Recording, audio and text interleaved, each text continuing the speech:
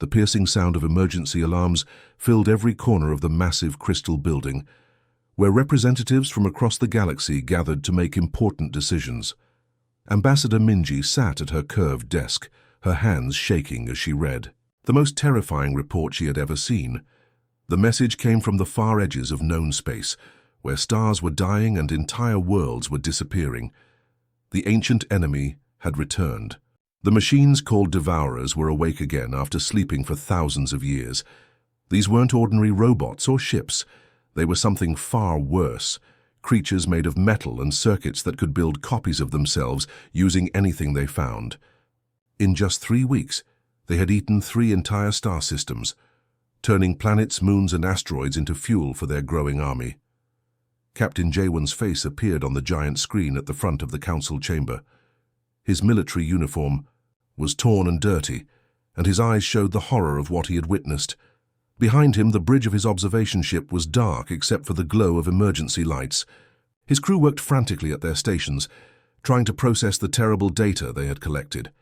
Council members, what I'm about to show you will change everything we thought we knew about warfare, Jaewon said, his voice steady despite the fear everyone could hear underneath. These images were taken from a safe distance of 50,000 kilometers. We couldn't get any closer without risking our ship and crew. The screen filled with footage that made several alien representatives gasp in shock. Massive mechanical creatures, each the size of a small moon, moved through space like hungry wolves. Their bodies were covered in spinning blades, drilling, arms and collection tubes that sucked up everything in their path. Smaller machines swarmed around them like angry insects, breaking apart asteroids and dead planets piece by piece. But the most terrifying part was how fast they worked. Time-lapse. Footage showed a beautiful green planet, with blue oceans and white clouds being stripped bare in just hours. The machines peeled away the atmosphere like removing the skin from fruit. They drained the oceans and cracked open the planet's core to harvest the precious metals inside. When they were finished, nothing remained except empty space and a growing cloud of new machines. Admiral Yuna's transmission came through filled with static and interference. Her flagship, one of the most advanced warships in the galaxy, looked like it had been through a terrible battle.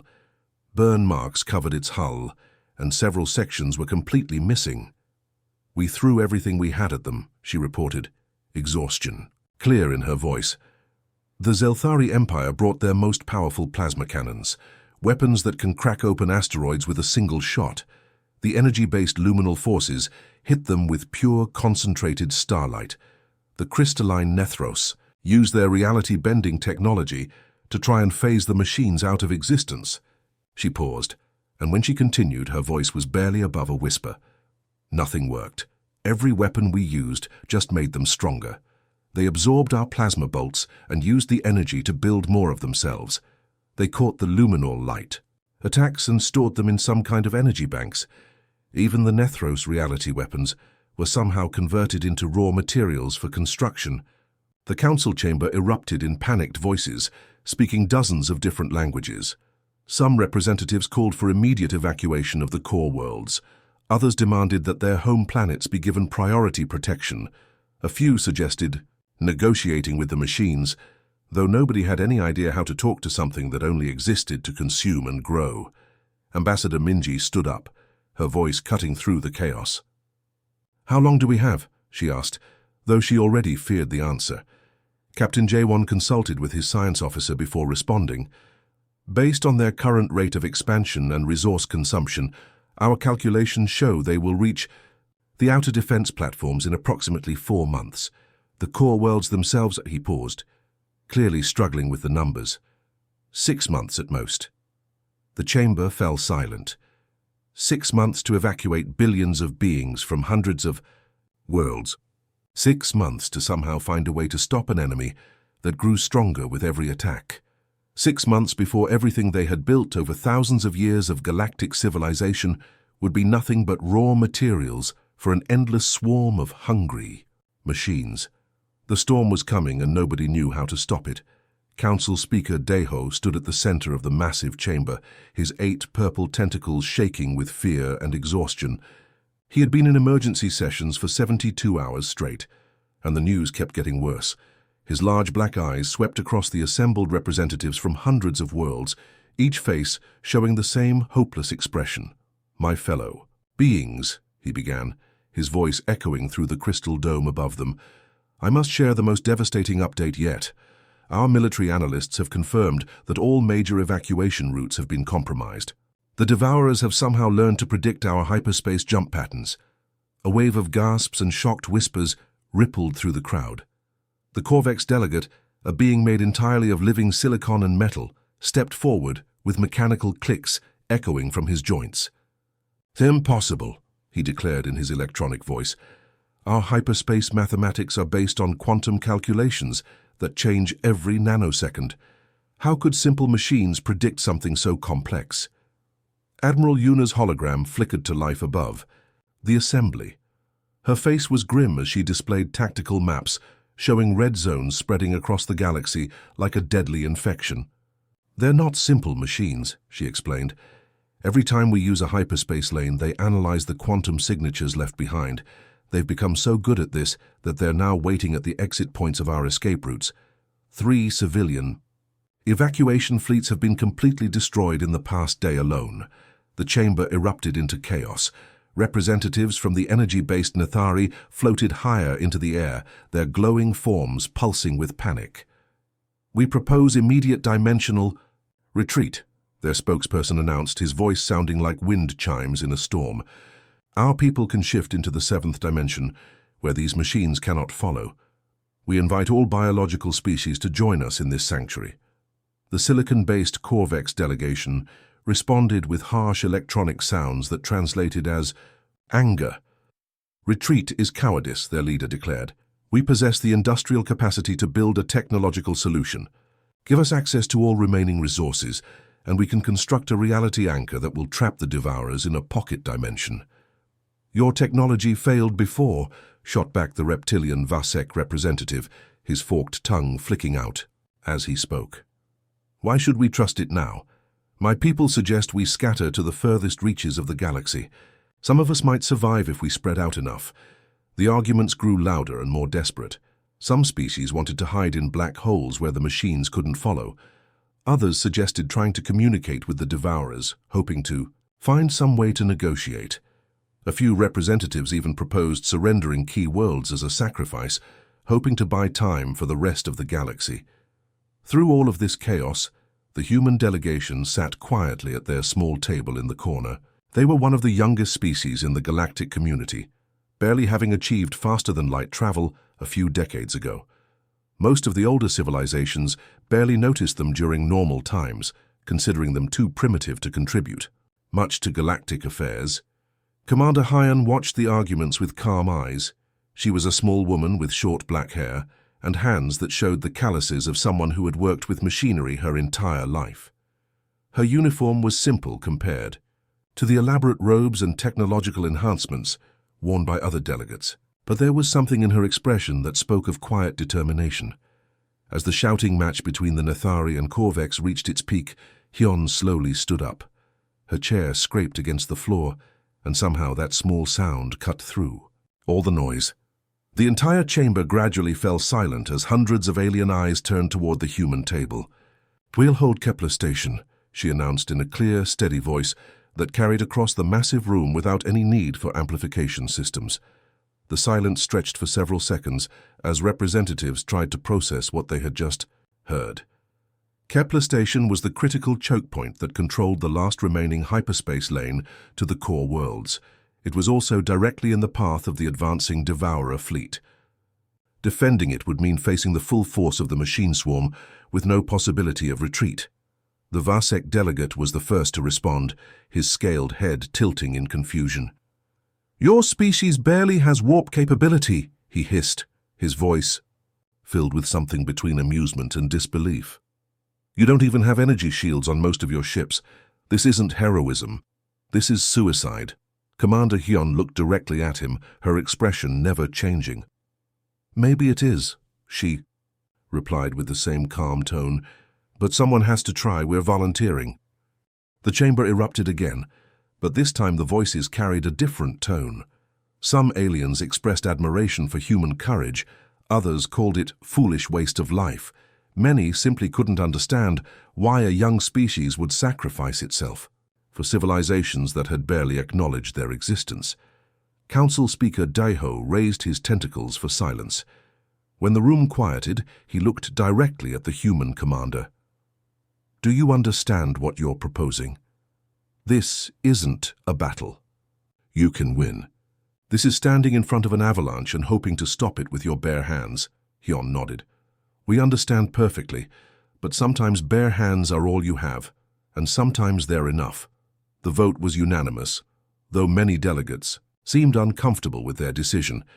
They were sending humans to die, but it was better than certain extinction for everyone. Lieutenant Taemin stared at his tactical display screen, his hands gripping the edges of his control station so tightly that his knuckles had turned white. The numbers on his screen seemed impossible, like something from a nightmare that refused to end. Spread across the darkness of space ahead of them was the largest military force anyone had ever seen. 10,000 Devourer ships arranged in perfect geometric patterns that stretched beyond the horizon of his sensors. His own fleet looked pathetic in comparison. 300 ships from dozens of different species, all volunteers who had answered humanity's desperate call for help. Most of these vessels were old, outdated, or damaged from previous encounters with the machines. Many of the alien crews had never worked together before and didn't even speak the same languages. It was like bringing a handful of stones to fight against an avalanche. Sir, I'm getting detailed scans of their formation, reported Ensign Minho from the sensor station, his young voice cracking with tension. Each of their ships is at least 3 times larger than our biggest cruiser, and they're still building more. I can see construction drones adding new sections to their hulls even as they approach. Chief Engineer Sunhee looked up from her technical readouts, her face pale with worry. She had been studying the Devourer technology for weeks, trying to find any weakness they could exploit. Commander, I have to report something critical. Their adaptive shield systems are far more advanced than we initially thought. Every time we fire any weapon at them, their shields don't just absorb the energy. They analyze it completely. She brought up a holographic display showing the complex energy patterns surrounding the enemy ships. Look at this data from our previous encounters. When the Zelthari hit them with plasma cannons, the shields studied the plasma composition, temperature, and delivery method. Within minutes, they had developed complete immunity to that exact type of attack. When the Luminal forces used concentrated light beams, the same thing happened. Every shot we fire literally teaches them how to resist the next one. Commander Hyun studied the information carefully, her expression growing more serious with each detail. Around the bridge, other crew members were beginning to understand the hopeless nature of their situation. They weren't just outnumbered. They were facing an enemy that became stronger with every battle. The first wave of Devourer attacks began without any warning or communication attempts. The machines didn't seem interested in negotiation or demands for surrender. They simply opened fire with weapons that defied easy classification, beams of pure destruction that seemed to tear apart the very fabric of space itself. Lieutenant. Jiwon watched in horror from his position at the weapons console as the first shot struck their defensive line. A proud Corvex heavy cruiser, built from living metal and powered by artificial stars, simply disappeared in a flash of blinding light. There was no explosion, no debris field. One moment it was there, and the next moment there was only empty space. All ships evasive action, Commander Hyun ordered, but the enemy fire was too precise and too fast. The Devourers had analyzed their movement patterns and were predicting exactly where each ship would try to dodge. Captain Dong-hyun's voice came through the communication system from his Nithari energy vessel, panic clear in his normally calm tone. Their weapons are adapting to our evasive maneuvers. They're learning faster than we can change tactics. More ships vanished from the tactical display. A Vasek destroyer tried to use its cloaking technology, but the machines seemed to see right through it. A group of human frigates attempted to hide behind an asteroid field, but the Devourers simply destroyed the asteroids, and the ships hiding behind them with equal efficiency. Chief Engineer Sunhee was frantically working at her station, trying to find any option that might give them a chance. Commander, Conventional warfare isn't going to work. They're treating this battle like a mathematical equation. Every move we make, every weapon we use, every tactic we try, they process it, all and develop countermeasures instantly. The bridge crew looked at their commander with desperate hope, waiting for the miracle solution that would save them all. But Commander Hyun knew there was no miracle coming. The machines were too advanced, too numerous, and too adaptable for any normal military strategy to succeed. That's when she made a decision that shocked everyone on the bridge and throughout the entire fleet. Her voice came over the communication system, clear and determined despite the chaos erupting around them. All ships, this is Commander Hyun. New orders, ramming speed. I repeat, all vessels advance to ramming speed and engage the enemy at point-blank range. Get in close where their shields can't adapt fast enough to our presence. The communication channels exploded with protests and questions. Captain Dongyun's energy-based form flickered with distress as his voice filled the bridge. Commander, that's completely insane. You're ordering us all to commit suicide. Our ships will be destroyed the moment we get within their weapon range, Lieutenant. Taemin stared at his commander in disbelief. Sir, with respect, ramming attacks against ships that size will barely scratch their hulls. We'll lose everything for no tactical gain. Commander Hyun looked around at her crew, and for the first time since the battle began, she smiled. It wasn't a happy smile, but something grimmer and more determined. Exactly right, Lieutenant, it is completely insane, and that's precisely why it might work. She turned to address the entire fleet. Listen to me, everyone. These machines can predict logical behavior because they think logically. They can analyze our weapons because weapons follow scientific principles, but they can't predict pure, desperate, illogical human stubbornness. They can't analyze insanity because insanity doesn't follow rules. The fleet began to accelerate toward the massive enemy formation, hundreds of small ships racing towards certain destruction against impossible odds. But for the first time since the battle began, there was something in the air that felt like hope. Ensign Ji-hoon gripped the controls of his small fighter with sweaty hands as he dove straight into the heart of the Devourer formation. His ship was barely the size of a house compared to the massive mechanical monsters surrounding him, each one as large as a city, floating in space. Warning alarms screamed in his cockpit as his hull temperature climbed to dangerous levels. The metal plating on his wings was literally melting away from the intense energy beams that the machines fired at him from every direction. This is insane. This is insane. This is insane. He muttered to himself as he twisted his fighter through impossible turns, threading the needle between massive rotating blades and deadly energy cannons. His training had never prepared him for anything like this. No military academy in the galaxy taught pilots how to fly suicide missions against enemies that could vaporize your ship with a single shot. But somehow, his crazy flight pattern was working. The Devourer ships were having trouble tracking him because he wasn't flying in any logical pattern. He would suddenly dive when he should climb, turn left when right made more tactical sense, and speed up when slowing down would be safer. His movements made no sense to anyone watching, including himself, and that confusion was keeping him alive. Behind him, Sergeant Bora's boarding pod had somehow managed to punch through the hull of a Devourer scout ship. The pod was basically a metal tube with engines and a drill on the front, designed to pierce enemy hulls and deliver soldiers directly into the heart of enemy ships. It was old technology that most modern militaries had abandoned decades ago, but the machines hadn't expected anyone to be crazy enough to use it. Bora and her squad of 12 soldiers found themselves in the cramped corridors of the machine ship, fighting hand-to-hand combat against mechanical creatures that looked like nightmares made of metal and wires. The robots moved with perfect precision and deadly efficiency, but they had been programmed to fight other machines, not desperate humans with improvised weapons and nothing left to lose.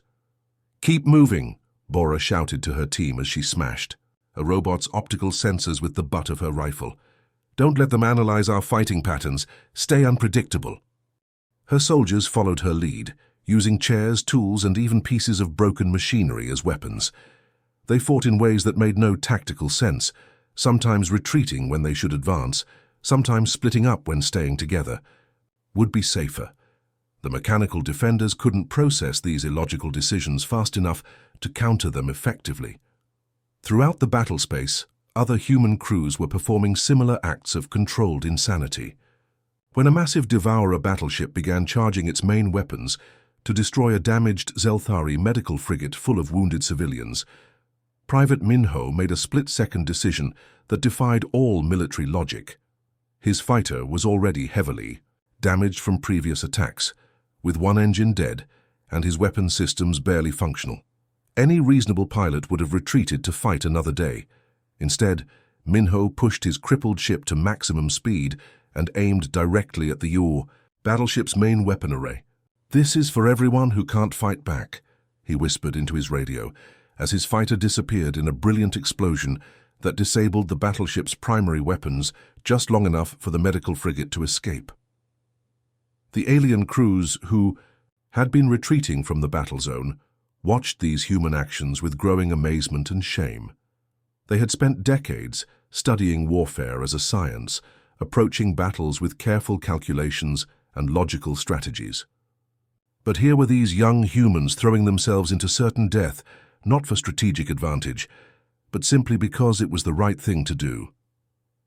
Captain Kyle of the Vasek forces had been pulling his ships back to a safe distance when he witnessed Minho's sacrifice. His reptilian features twisted with emotion as he spoke to his bridge crew. "Look at them," he whispered, his voice filled with awe and guilt. "The humans are dying for us. They're fighting to protect people they've never met, from species that barely acknowledged they existed just days ago. How can we abandon such courage?" One by one, the retreating alien ships began to turn around. The Vasek destroyers reactivated their weapon systems and rejoined the fight.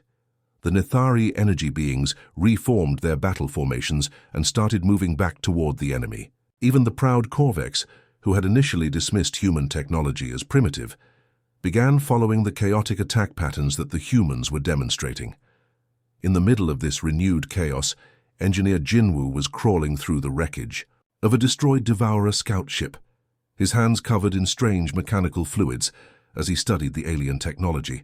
He had been trying to understand how the machines coordinated their attacks so perfectly when he made a discovery that changed everything. "Command, this is Engineer Jinwoo," he reported over the communication system, his voice crackling with excitement and disbelief. "I've found something incredible in this wreckage. The Devourer consciousness isn't stored in individual ships. It's quantum-linked across their entire network." He held up a strange crystalline device that pulsed with eerie light. "They share a single collective intelligence that spans across all their units. That's how they coordinate so perfectly and learn so quickly. But here's the important part. Their quantum network requires predictable input to function efficiently. Random, chaotic actions are creating interference in their communication system." The implications hit everyone at once. The human tactic of unpredictable, seemingly insane attacks wasn't just keeping individual ships alive. It was actually disrupting the enemy's ability to think and coordinate as a unified force. Every crazy maneuver, every illogical decision, every desperate act of heroism was creating static in the machine network. Commander Hyun's voice came over the fleet communication system, and for the first time in hours, she sounded genuinely hopeful. "All ships," you heard the engineer. "Our chaos is their weakness. Keep being unpredictable, keep being impossible to analyze, and keep fighting like humans." The tide of battle was finally beginning to turn, not through superior technology or careful strategy, but through the simple human refusal to give up when all logic said they should. The machines had never encountered an enemy that fought with heart instead of calculations, and they were discovering that some things in the universe couldn't be predicted or analyzed. They could only be experienced. The moment Engineer Jinwoo's discovery spread through the fleet communication channels, everything changed. It was like someone had suddenly turned on the lights in a dark room, revealing that the terrifying monster everyone had been running from was just shadows on the wall. The revelation that chaos could actually hurt the Devourers gave every ship captain and crew member something they hadn't felt in hours: real hope. Captain Sumin had been leading a mixed squadron of 12 ships from 6 different species, and, until now, they had been barely surviving by staying just ahead of the machine weapons. Her own human corvette was flying alongside a crystalline Nethros frigate, 2 Vasek destroyers, a luminal energy craft, and several other vessels that had never been designed to work together. Their different technologies, communication systems, and flight capabilities had made coordinated attacks nearly impossible. But now those differences became their greatest strength. "All ships in Squadron 7, listen carefully," Sumin announced over the communication system. "We're going to do something that breaks every rule of space combat. I want the Nethros ship to phase in and out of normal space randomly. Vasek. Destroyers. Use your cloaking devices, but turn them on and off without any pattern. Luminal craft, shift your energy frequency every few seconds.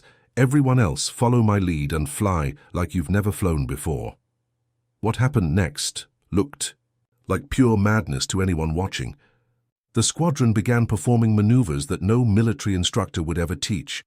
Ships would suddenly stop in the middle of high-speed chases, then accelerate in completely random directions.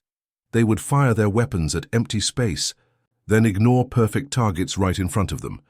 Some ships flew upside down for no reason, while others spun in circles while shooting. The effect on the Devourer network was immediate and devastating. The machines had been programmed to analyze patterns and predict behavior, but there were no patterns to analyze. Every time they tried to calculate where a ship would go next, it went somewhere else entirely. Their quantum-linked consciousness, which had been their greatest advantage, became a liability as conflicting and impossible data flooded their shared network. Lieutenant Young-ho was leading a team of engineers from different species in the most insane technical project any of them had ever attempted. They were taking weapons and equipment that had never been designed to work together, and combining them in ways that violated every safety protocol in the galaxy. "Hand me that Corvex plasma conduit," he called out to Technician Neon as sparks flew from an improvised control panel. "We're going to connect it directly to the Nethros reality crystal and see what happens. Sir, that combination could create an unstable energy cascade that might destroy our own ship," warned Engineer Chanho, a young man who had joined the fleet straight out of technical school. "Perfect," Young-ho replied with a grin that was equal parts determination and madness. "Unstable is exactly what we want. These machines can adapt to anything that follows the laws of physics, but they can't adapt to something that shouldn't exist in the first place." The jury-rigged weapon systems they created were completely unpredictable. Sometimes they fired beams of pure energy that changed color and frequency mid-flight. Other times, they launched projectiles that phased in and out of different dimensions. One weapon seemed to fire backwards through time, hitting targets before the trigger was even pulled. None of these weapons should have worked according to any known science, but they did work, and that impossibility was exactly what made them effective against the machines. As more and more ships joined the chaotic assault, the Devourer network began to show signs of serious damage. The perfect geometric formations they had maintained throughout the battle started to break apart. Individual machine ships began making mistakes, firing at their own allies flying into asteroids, or simply stopping in the middle of space as their shared consciousness became overwhelmed with contradictory information. Commander Hyon watched from the bridge of her flagship as the tide of battle completely reversed. The enemy fleet that had seemed invincible just hours ago was now falling apart like a house of cards in a hurricane. Machine ships that had been coordinating perfectly were now isolated and confused, easy targets for conventional weapons once they were cut off from their collective intelligence. "All ships press the advantage," she ordered.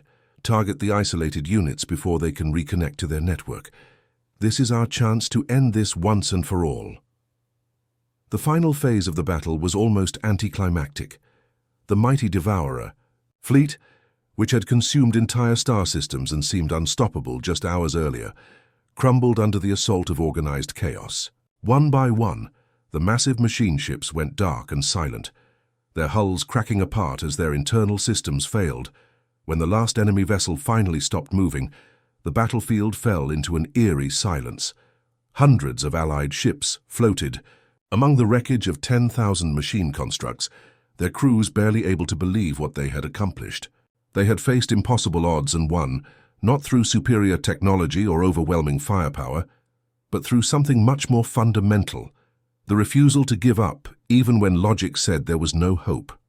The victory celebration lasted for days across every world in the galaxy. But perhaps the most important moment came weeks later, when Admiral Sionho sat down to write the official report of the battle. He was an old soldier who had fought in dozens of wars, but he had never experienced anything like what happened at Kepler Station. "Today I learned something that will change how we think about warfare forever," he wrote. "The humans didn't win because they were stronger or smarter than their enemies. They won because they refused to accept defeat, even when defeat was mathematically certain.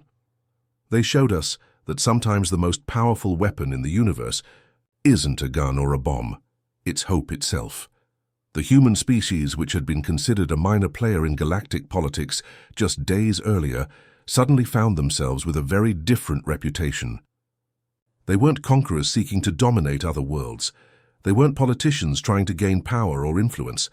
They were something much more valuable and much rarer, guardians who would stand between civilization and destruction, no matter what the cost. From that day forward, whenever darkness threatened the galaxy, whenever impossible odds seemed certain to crush all hope, there was always the same question asked in council chambers and command centers across hundreds of worlds. Where are the humans? Because everyone now knew that as long as humans were willing to hold the line would hold. The Devourers were gone, but the lesson they taught would never be forgotten. Sometimes the difference between survival and extinction isn't about having the best weapons or the smartest strategies. Sometimes it's about having people who simply refuse to quit, no matter how bad things get.